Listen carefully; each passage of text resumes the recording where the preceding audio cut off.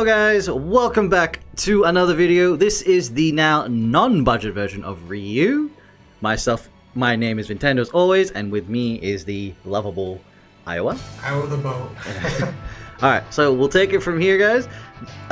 So just to recap, this is the non-budget version of a Ryu, so this is where the extra expensive cards are in here. So we'll go over again just to clarify a couple of things, and we'll go over some new cards here. So we still have a Grizzled Veteran. I don't see a reason why not. As you've explained before, it is a good because it scales with growth. You're definitely getting your money's worth for damage with this card. Now, one of the new ones, we've actually dropped Grizzled down to 2, and now we're throwing in 2 new cards. Trust amid Suspicion. Yes. So Trust amid Suspicion. It is a 2 MP action, and it deals 4 damage to an enemy unit, but there's a catch. Your opponent gets to draw a card, and it goes to their EX pop. However, there is an unsaid saying in card games where draw power is everything. You know, drawing cards is just very powerful in card games. Yes. That's not the case with Teppen. Because with Teppen, while it is powerful for you to draw cards, Teppen already rewards you for playing cards by letting you draw another card. So everything is a cantrip. Yeah. And that means that, you know, when you spend a card, you draw a card. By giving your opponent 1 card to deal 4 damage to their enemy unit, it's not too much of a setback. No, but you can plan this card in advance. If you pay attention to their side and you know their X pocket is full, throw out a Trust and Suspicion and force them to lose a card. Yes, that is very true. If they're smart, they'll play the X pocket, so they stop it, or they'll negate it. But if you can force them to expend some mana to stop you play, or you make them lose a card. So you deal that 4 damage, you get the money, you get the benefit out of the card, and you make them lose a card for free. So it's a nice. I like it. I think I have definitely used it, depending. Now, next card, the first legendary. This took such a long time for me to even pull this. I didn't want to craft it. Liberating Slash. Yeah, I didn't want to craft it either, but I was definitely convinced, especially playing against it, and then also, you know, different peers saying that's really great. Now, this card, Liberating Slash, it's kind of hard to get the full scope of what it does, especially, you know, for all that it does. So effectively what this card does is, as soon as it hits 9 damage on any unit, because you can use it on your own units or an opponent's unit, that unit will take 9 damage, and then the owner of that unit will gain that health. However, if the unit is removed before Liberating Slash resolves, then the health gain does not trigger. Yeah. This is a very nice card. I have had it used against me, and it has backfired when I thought I was getting the kill, and then they've used it on their unit and gained the 9 life, which kept them alive longer. But if you use this on a card with a shield, they still gain the 9 life. The shield is gone. The 9 life actually still triggers, but the 9 damage does not. So it's a good card to use in a certain situation if you want to buff yourself, or you're getting rid of one of their cards. I mean, use it early, so them gaining 9 life doesn't seem like it's a bad thing. It's definitely risky in the later game. We saw it today in the Ambassador tournament. It was used. I think it was used late. I forget which part it was, but it was like it did help. But also, currently there is the Japanese World Champion, not the World Championship, but the player qualifiers. This card was used, and it literally just turned the last section of the fight over in favor for the dude. So it was really cool to watch. It was definitely really spicy plays there. Alright. Next on we have Guy. Guy is here. Not much can you say about Guy. He's got Rush, staple. Hellbat is still in here. Hellbat's just because I see this as just a better version of Guile, and you know, 3 to get the detonation is just like, okay, cool. I got a 6 drop for 2 mana. 6 damage for 2 mana. It's effective. I like it. Largasiris is still here. Largasiris effective as always. Thunder Slammer is still here, as usual, so not much need to go and save for those guys. The newest addition, and 3 of them, is the Chill Penguin. Everyone loves this card. Oh yeah. That card had a lot of different speculations came out from Devil's Awaken. Yeah, the people weren't so like. I think when I first saw, it, I was like, "Oh man, he's actually pretty cool for what he does." And I think some people were like, "Nah, that's bad. It takes too long to get him rolling." It was funny because I was on both sides of the fence when it first came out. But go ahead, tell us about the Chill Magnum. Oh, the coolest thing about Chill Penguin is he costs 4, so he never really had a very high mana commitment, right? MP commitment. Yeah. Then there's also the fact that he also has a growth of 3, which growth of 3 is pretty easy to play into. You can just play any other unit and he'll get his trigger. Another unique way to look at Penguin, but I'm going to explain his abilities first. So he has, what is it? I think it's 3 level ups. He has level 2, level 3, level 4, shield, and then 6 damage. Correct. So, that being said, if you put Penguin in the same lane as another unit, then you can time it to where Penguin's blocking, and then it deals 3 damage to the enemy unit. But then you play another unit to trigger the shield, so then all of a sudden your Penguin's going to deal another 3 damage to that same lane, and also protect himself. So what I'm trying to say is that those shields, while they look like they're a defensive piece, they can also be considered offensive because they help you keep the unit alive, and then that unit is always dealing 3 damage because of its stats. Yeah. Okay. I didn't think about you playing Penguin that way. I should... Well, yeah, actually, no, that makes sense. Definitely. Get that initial 3 damage and make sure he's alive, and then pop his and get his shield up and running. Playing a 6-cost unit, if you want the double shield, and then whatever else you want to play to get that random 6 damage to an enemy unit. So, but Chill Penguin's very, very combo efficient with Rashid, Thunder Slimer, Largasiris. It just works. In the words of Todd Howard, it just works. Alright, Rashid's still here, so not me to go into that. We know what he does. Okay, so the newest addition, 3 of her, is the BB Hood. Yes, so BB Hood is also another core set epic. And while it is a very strong card in Ryu, it's not 100% necessary, but it does give a lot of clutch moments when you're playing Ryu. So if you want to upgrade to BB Hood, it's a pretty good investment. And what BB Hood does is, when you play for 5 MP, she deals 4 damage split, she has a 2/6 body, and she has Rush. So there's just so much going on for that, 5 MP. I see it as just a great staple card. Don't get this confused with the other BB Hood. Mind you, there are cards with the exact same names. The difference is just if they're a legendary or not. But yeah, I like this card. It was for what, the 4 split among all enemy units, just like Largasiris, but it's just 1 extra. The difference is that it's just got Rush and a 2/6 body. It's nice. The Rush really does come in handy when you want to pop something with that 6 damage.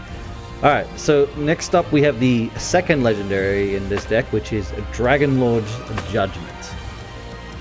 Yes. So there seems to be a theme right now, which is 12 damage split. And that really originates with Dragon Lord's Judgment, and then there's also Nero now has Guevara, which does 12 damage split. Yeah, it does actually. And then there's also Spike Launch, 12 damage split. And why do I bring up all those cards? Is because it's a Lord White, and Dragon's Lord Judgment is one of the OGs. That was the original. The original board wipe. That was cool when I pulled this card early back in the days of the core. Like, it didn't take me long to get this one, surprisingly. I only recently pulled the last legendary from the core set because I had packs. I was like, oh yeah, I'll just use it. And I pulled the last legendary. I'm like, I'm done with core set. Cool. But yeah, this is a solid 5 MP cost to use, 12 damage split if you want to use it, preferably if they got a full board. I mean, I've had instances where they've just dropped it, and I've had like 2 strong units on the field because I've done a play, and it's just like, really? Already? Okay. Get rid of it straight away. Alright, next up we have is another OG legendary, the Fate-Defying Ryu. Ryu himself. Mm-hmm. So, with Fate-Defying Ryu, this one's a little bit more technical card, surprisingly, and what's really fun because it also beat face. It beats face. So how this Ryu works is, for every action that you played in that game, the game that you're playing in, yep, it gets a +1 damage to its ability, and its ability is, before it deals damage or the attack line finishes, it deals X amount of damage to an enemy unit that's probably blocking. So let's just say, for example, Ryu, he's attacking, he is finishing his attack line. Zeku. You've played a total of... Or just say the card is Zeku, just to give an idea. Oh yeah, like Zeku. And then you had 10, actions played. Mm-hmm. Then the 10 damage would hit Zeku First. and then the 3 damage would resolve from Ryu to hit to the opponent's face. Yep. So, just to point this, let me get that clear. So, Ryu does an additional damage on top of 3, and he has rush and agility, so he's actually attacking faster than any other normal unit. So what we discussed is 10 seconds is the slowest, 5 is when you have rush, Agility. agility, Agility is 5, yeah. yeah, Rush is when you have 8 seconds of it done for you. yeah. So he gets an early extra push from the very start of when he's dropped on the field immediately. So I think he's like 2 seconds away, or 1 second away from just hitting the opponent. But this is a very powerful card. You definitely want to use this, just because. What if they got a Zeku on the field with a body of 210 and you've got 10 actions? Yeah, 10 damage, so Zeku gets destroyed, and then it's 3 to the face, and then he's gonna just amplify that, attacking continuously, and that 10 is permanent. If they ever drop anything else in front, 10 will hit first always. Correct. But that damage will never count towards base damage. So let's say if it was an empty lane, that 10 damage would not count towards like hitting the opponent's face. It's True. just 3 damage. It's just 3. So the units will generally mostly die, but you'll definitely need to work to get around he's 6 HP. It's not bad. His 6 health is not bad. It's doable, but this is just a very effective, strong late game card to throw out. I have had clutch situations where I've just dropped it in the middle, knowing they've got 2 cards on the field, but because Ryu is so fast, he'll clutch it out for me. Just because they won't be able to react to it in time, or they've already used up their mana and they can't stop it in time. So he's definitely an excellent card. Next up, I still don't have this legendary, so I do apologize. It's a nice blue version, because I don't earn Crimson Battle King Ken. Yes. So another card that it seems like every card from the Devil's Awakening, everybody's just like, oh, feelings. Ken was definitely one of those cards. I don't think because of how his growth levels are, I guess. I think it was more of like just the game, the players not being used to anything like Ken before, because Ken is very unique. He is. This guy is like, what the hell is this card? I'll let you take it. I'll let you go from it. Yeah, give us the rundown of this to Ken, dude. So yeah, Ken was just different than all the other cards. We couldn't really compare him to much. So essentially, he's another growth unit. His first growth level is to deal 7 damage split, and that's very similar to Lady. But the difference between Lady and Ken is that Ken requires you to do at least 9 MP commitment. Yeah. To trigger his ability, whereas Lady only requires you to do 7. And MP commitment is very important in Teppen, so that's why there was mixed feelings. But with Ken, he is worth the legendary slot, because he has a 3/7 body, anti-air, so he's very versatile in different situations. and if your opponent does not deal with him, he's actually an instant. Because Ken, he has a level 4 ability technically, which is his third growth step. When he hits that third growth step, he will deal 17 damage to one random enemy unit. So you can essentially get even more value from Ken if your opponent doesn't deal with it, as opposed to Lady, which Lady just kind of sits there. Yeah. I mean, when I first saw that 70 damage, I was like, what the heck? That's so much. But yeah, you gotta commit to get, and you gotta make sure he stays alive. It's what's cool with the anti-X, if they've got flight units and you play him, he can block those flight units without having to fly. And if you can get another level 6 drop, he will actually gain the 3+6 if your opponent has flight. Every game I've played, Ken has not actually been able to get that because never any flight units are in sight for him to get that extra 3-6 increase in attack and HP. But if you're able to do that, Ken's pretty damn tanky at that point. Let's be honest. What is that? 6, 8, 9, 10, 11, 12, 6, 13? That's quite dangerous in the territories of Diablos style. Oh yeah. Just for a 6 drop, but it all depends if they've got flight, so that's when you want to drop Ken and you want to make sure you get that extra 6 MP on him. But yeah, he's definitely an awesome card. I still haven't pulled him yet. I'm not gonna bother crafting him. I'm just hoping I can just pull it. Just praying I can pull this card. And the last card is the original, as we explained before, Lady. Yes, so Lady is kind of like, I would say, the first Ken. You pay 7 MP, you have a 2/9 body, and when it gets played, it deals 6 damage split. This is really strong because if your opponent only has 1 unit and you block with Lady, you're essentially dealing 8 damage to their unit. Yeah, so that's in the case that they have a full board, you're dealing split damage, and then you probably take out one of their units or more.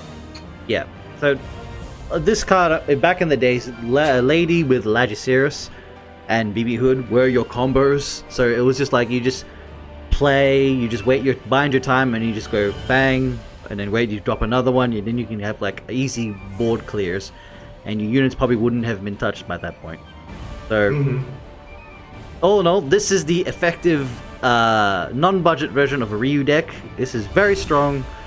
You guys have stated that this is the top tier deck right now. Like, it's pretty hard to fight it, but it is possible. You just gotta work around. You gotta take. I think it's like you gotta take advantage of Ryu early and stop his momentum. Correct. Because the best way to do it is to deny him the kills. Yeah. If you don't and you let him get away, he's just going to steamroll your ass, and you can't stop him. Very true. I hate this deck. I hate it. I refuse to almost play it just out of defiance because I just want to beat it. I'm at that point. I'm at that point where it's like, I don't want to play it, I just rather beat it and just feel that satisfaction of like, yeah, I don't need to play it in order to beat it. Right. Is this one of your favorite decks, or? Ryu has always been my favorite deck to play in Teppen, and that's because of, oops, sorry for my phone. It's all good. But yeah, I love playing Ryu because when you get to play with him, you're always putting your head into the game constantly. You're not, taking a step back. You're constantly in the game playing Ryu because you have to watch for these timings. You have to make sure you don't miss a beat. That's what I like about Ryu. Yeah, you definitely need to be on the ball with him. It's a deck I see constantly in Champion, but it's definitely not an easy deck to play straight away. It will take some time to practice him, and you have to get your timings right. You got to be quick on the ball with your triggers, know when to throw, and know when to throw out Shinka Hadouken. The best value time to use the Hadouken for that free 7 damage. But yeah, this is definitely a solid deck as it is. If I can ever get a Ken. Okay, if I can't get 10, what's a good substitute for Ken? in this deck for non-budget reasons. Sure. Well, actually, there's already another. And what I saw somebody do was they choose not to play the Ken and they choose not to play the Link, and then they just put 2 Ostrich. Two what, sorry? Ostrich. I'm not sure if you know the card. The other Rush dude, like guy. Yeah, I can't remember his full name, but I just call him Ostrich. Overdrive Ostrich, that's it, yeah. Oh, Overdrive Ostrich, that is right. Yeah, so Overdrive Ostrich, it's a 4 MP unit that is a 2/7 body with Rush. And the reason why they play that card is because when you play in the Ryu mirror, having that, big toughness will help you beat the enemy Ryu because they can't kill you. Kind of like that. But Rush is also a very good way to quickly challenge your opponent's unit, so that way you can get damage coming out really fast. And then there's also a trick with Rush mechanic, which we'll touch on because you're trying to learn this deck. Rush with Ryu is very important. So the trick with Rush is you wait for your opponent's attack line to come very close. There's a set distance that you do this. Yeah. Coming, and then you play the Rush unit. So what's going to happen is the timing that you want is the opponent's attack line to come really close to yours first. You want their attack line to come to yours first, while your attack line is queuing towards your opponent's face. So the perfect setup is where you play the Rush unit, your opponent's attack line is finishing, hits your unit, their unit dies, and then as soon as their unit dies, your attack line is very close to their face. They can't block it, they take 2. Yeah, that's they right. take 2 damage. That's right, yeah, that's like, I think I remember being taught that. You wait for them to almost hit you, play that Rush unit to block, and then the Rush unit has enough time to just hit them in the face before they can even react to it. Correct. Because they really won't know what you're going to play.